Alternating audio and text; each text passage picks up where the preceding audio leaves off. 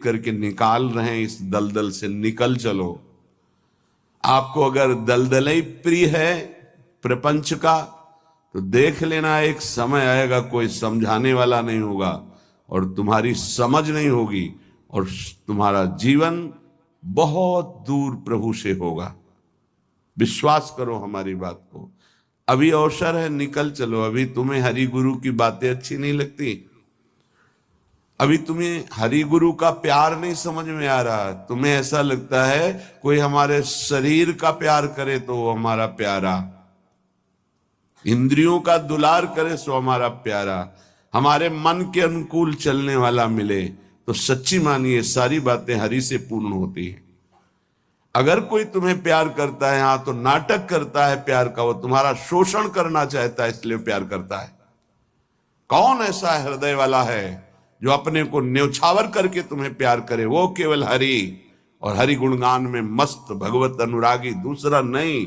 तुम तुम्हार सेवक असुरारी, स्वार्थ रहित जग जुग उपकारी। ये समझ में नहीं आता।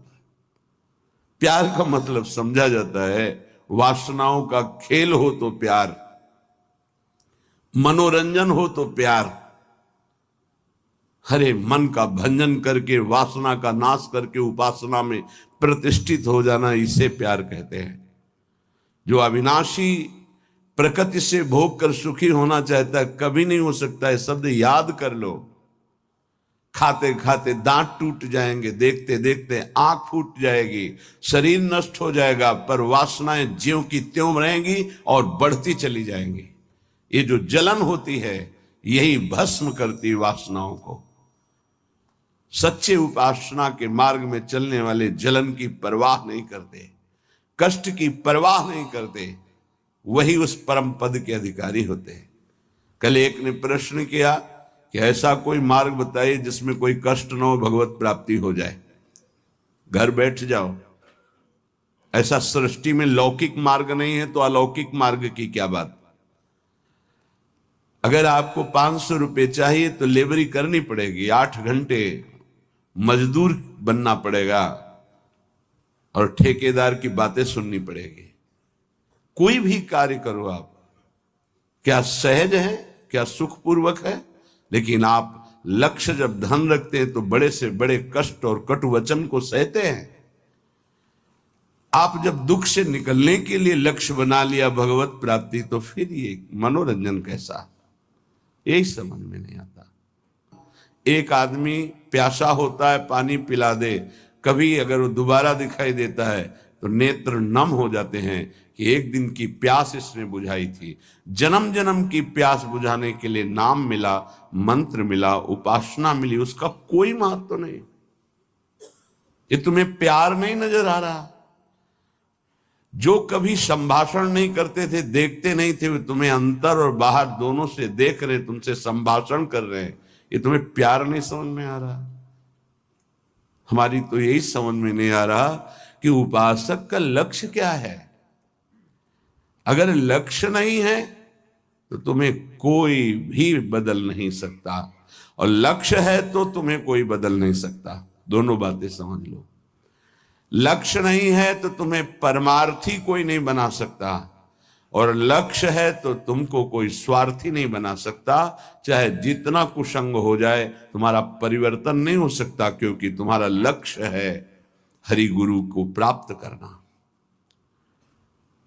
उपासक समझिए, एक एक कदम तुमको प्यार मिलता चला जा रहा है। जानते हो, केवल पेट भरने के लिए, शरीर में वस्त्र पहनने के लिए और वास के लिए पूरा जीवन मेहनत करते हैं लोग, तब वो प्राप्त होता है। तुम्हें आदर के साथ ये सब बिना किसी प्रयास के मिल रहा है। किस लिए? तुम भगवान के हो, प्रियालाल के हो। इस बात की तुम्हें इज्जत रखनी है कि तुम प्रभु के दास हो, उसी की सब सुविधा है। अगर दासत्व विषयों का रखोगे तो छल कर रहे हो हमारे प्रभु के साथ। ये छल तुम्हारे हृदय को ताप पहुंचा देगा, ऐसा ताप जो कहीं शांति नहीं मिलेगी। समझ में नहीं आता। मेरे प्रभु उतरते चले जाते हैं, झुकते चले जाते हैं आपको उठाने के लिए, आप ऐंठते चले जाते हैं कि आप कुछ हैं, भोगना पड़ेगा आपको आगे। शब्द याद कर लीजिए, आगे आपको प्रतिकूलता ऐसे घेरेगी कि फिर कोई बचाने वाला दिखाई नहीं देगा, वो आप क्लेशित होंगे। इसलिए सावधान हो जाइए, परिस्थिति को सहना सीखिए। सहत सहत बाढ़े भगति गृह तन गुरुहित गार। जो सहनशील वही महात्मा होता है, जो सहनशील है वही प्रेम रस का अधिकारी बनता है, जो सहनशील है वही प्रियाजू का कृपा पात्र बनता है। प्रियाजू कृपा पे कृपा करती चली जा रही, संसार समुद्र से निकाल करके अपने महल में रखकर अद्भुत सुख दे रही। यहां जानते हो भजन का स्वरूप क्या है? रहना ही भजन हो जाता है। पर रह कहां पा रहे हो? यहां तन यहां रह रहा है मन विषयों में, मन नाना प्रकार की कामनाओं की पूर्ति में। क्या वृंदावन वास हो रहा है? ये बनवास है। वृंदारण्ये चर अचर दृक् पश्य वृंदावन श्री। जिह्वे वृंदावन गुणगान कीर्त श्रोत्र गृह्यान। वृंदाटव्या भज परिमल घ्राण गात्र त्वमस्मिन्। वृंदारण्ये लुठत पुलकितम कृष्णो केलिस्थलीसु। यह है भजन वृंदावन का। बोले नेत्रों से तुम यहां वृंदावन वासी जो खगमृग पशु पंछी मनुष्य हैं, इनको भाव से देखो। ये सब भजनानंदी महापुरुष हैं। ये भजन के प्रताप से यहां कोई सूकर बना हुआ है, कोई कुकर बना हुआ है, कोई पशु पक्षी बना हुआ है, कोई मनुष्य बना, कोई लता, कोई वृक्ष। ये जहां जो कुछ दिखाई दे रहा है, चर अचर दृक् पश्य वृंदावन श्री। ये वृंदावन की अद्भुत श्री वैभव शोभा भगवत स्वरूप है। यहाँ के कुत्ते का भी दर्शन कर रहे हो तो एक बहुत बड़े महात्मा का दर्शन करने से जो फल मिलता है वो मिलेगा, ध्यान रखना। हरिराम व्यास जी आचार्य हैं रस के, वो कह रहे हैं हो मन वृंदावन को श्वान। श्वान माने कुत्ता। यहाँ का कुत्ता कोई साधारण श्वान नहीं है, वो कोई परमहंस महापुरुष है जो प्रियाजू की स्केली कुंज में श्वान रूप धारण किए हुए रज का सेवन कर रहा है। आप क्या समझते हैं? मनुष्य शरीर से भी महान सौभाग्यशाली वो है। क्यों? तुम तो गद्दे पे सोते होगे, वो रज पे सोता है। तुम रज के बने हुए पात्र में विरक्त होकर पाते हो कि नहीं, श्री भगवान जाने। लेकिन उसको भोजन ही रज में मिलता है और रजयुक्त भोजन पाता है। उच्छिष्ट संतों का मिलता है तुम्हें कि नहीं, लेकिन उसको जरूर मिलता है क्योंकि प्राय उच्छिष्ट ही डालते हैं। संतों का भंडारा हुआ, दोना पत्तल बाहर फेंक दिए गए, एक एक पत्तल को चाट चाट कर साफ संतों की जूठन पा रहा है। कौन है? महाभागवत है वो। यहां के चर अचर को भाव से देखने की कोशिश कीजिए। पशु पक्षी लता वृक्ष मनुष्य, ये सब भगवत स्वरूप है। भजन हो रहा है यहाँ का। आप अगर भाव से दर्शन कर रहे हैं, भजन हो रहा है। अगर भाव का अभाव है तो आपको गलत दर्शन होने लगेगा। ईर्ष्या द्वेष वाली बातें, दोष गुण वाली बातें, माया जनित बातें आपको दिखाई देने लगेंगी। ऐसा यहाँ का भजनानंदी उपासक नहीं देखता, वो भाव से देखता है। खग मृग पशु पंछी जे या बन के चरण शरण रख ली जाए। ये सब भगवत स्वरूप है। सच्ची मानिए, सब भगवत स्वरूप है। ऐसे वृंदावन में रहो, अपने नेत्रों से जो भी देख रहे हो ये सब बड़े बड़े भजन करने वाले महापुरुष हैं। न जाने कौन सा भजन किस जन्म में बना कि वो इस धाम में आकर के नाली की कीड़ा पशु पक्षी इन रूपों में विराजमान है। श्रीपाद प्रबोधानंद जी कह रहे हैं, बाहर मुझे चतुर्मुख परम वेदों का ज्ञाता ब्रह्मा पद ऐश्वर्य पद नहीं चाहिए, लेकिन वृंदावन में नाली का कीड़ा बना दो मुझे। ये जितने भी आपकी दृष्टि में आ रहे हैं, आपका भारी भजन बन रहा है, यदि भाव से आप देख रहे मेरे प्रभु के जन हैं, ये बड़े बड़े भजन करने वाले हैं, चाहे वो कोई बेल हो, कोई वृक्ष हो, ये सब भगवत स्वरूप है। ऐसे तो अपने नेत्रों का भजन करो, ये नेत्रों का भजन है। अब जिह्वे वृंदावन गुणगान,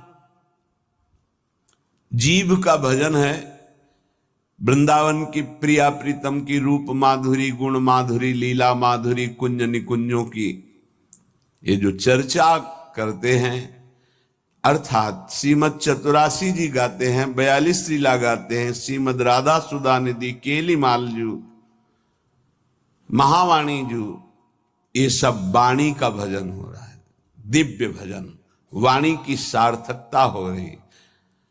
नाम कीर्तन करते हैं, राधा राधा राधा, वृंदावन वृंदावन वृंदावन, जिह्वे वृंदावन गुणगान, जीव का भजन हो रहा है, खूब गुणगान कर रहे हैं प्रिया प्रीतम का।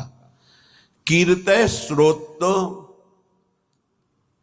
श्रवणेन्द्री का भजन हो रहा है, खूब नाम कीर्तन सुन रहे हैं, बड़ा सुख मिलता है। जब यहाँ सब उपासक जन जोर से गाते हैं, आवाज पहुंचती, हृदय नाच उठता है। अहो भाग्य, अहो भाग्य, कीर्तन करने वाले और सुनने वाले दोनों का। नाम संकीर्तनम यस्य सर्व पाप प्रणाशनम, सारे पापों का नाश हो रहा है जब उच्च स्वर से प्रभु के नाम का कीर्तन कर रहे हैं।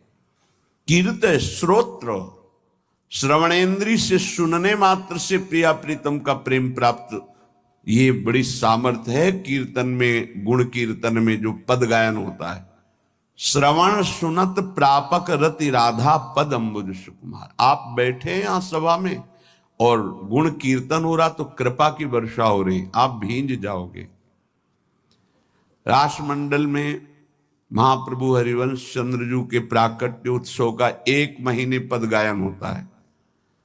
हमारी एकांतिक रुचि संन्यास वृत्ति के कारण प्रारंभ में सदगुरुदेव भगवान ने कहा कि आप सभा में क्यों नहीं जाते, तो उनका रुचि नहीं, एकांतिक रुचि रही, अकेला रहना, शांत है। वह नहीं, वो सब उसका फल मिल गया है, प्रियाजू के चरणों की शरणागति। तो जाकर के विराजमान होकर के वहां वाणी सुनो ना, वाणी सुनने मात्र से सभा में प्रियाजू की कृपा प्राप्त होती है। बस फिर आगे प्रश्न नहीं हुआ, गुरुदेव के वचन थे। अगर सभा है, ऐसे वाणी गायन हो रहा है, आप बैठे हैं, कुछ समझ में नहीं आ रहा, फिर भी आप निष्पाप हो रहे हैं, प्रियालाल की कृपा पात्र बन रहे हैं, ये बात समझनी चाहिए। कीर्तय श्रोत्र, गृह्यान वृंदाटव्या, भज परिमल घ्राण गात्र, त्वमस्मिन् वृंदारण्ये लुट पुलकितम कृष्ण केल स्थलीषु। तुम श्री वृंदावन के पुष्पों की सुगंध जो प्रियालाल के चरणों में समर्पित है, वृंदावन के पुष्प, ये खास बात है। जो हमारी ब्रजभूमि में प्रकट हुए पुष्प हैं, इनकी समानता करोड़ों रुपए का बाहर से पुष्प लाकर अर्पित करो तो मेरे प्रियालाल को उतना सुख नहीं होगा। यहाँ के हर श्रृंगार का, मोगरा का, गुलाब का, कनेर का, या किसी भी का पुष्प, ऐसे मौलश्री का बहुत छोटा पुष्प, बड़ा सुगंधित पुष्प, 3 दिन तक वो प्रियालाल की सेवा में अर्पित किया जा सकता है, उसकी ऐसी महिमा है। उसकी माला बना के या 4 पुष्प रख दिए, फिर वो जो घ्राण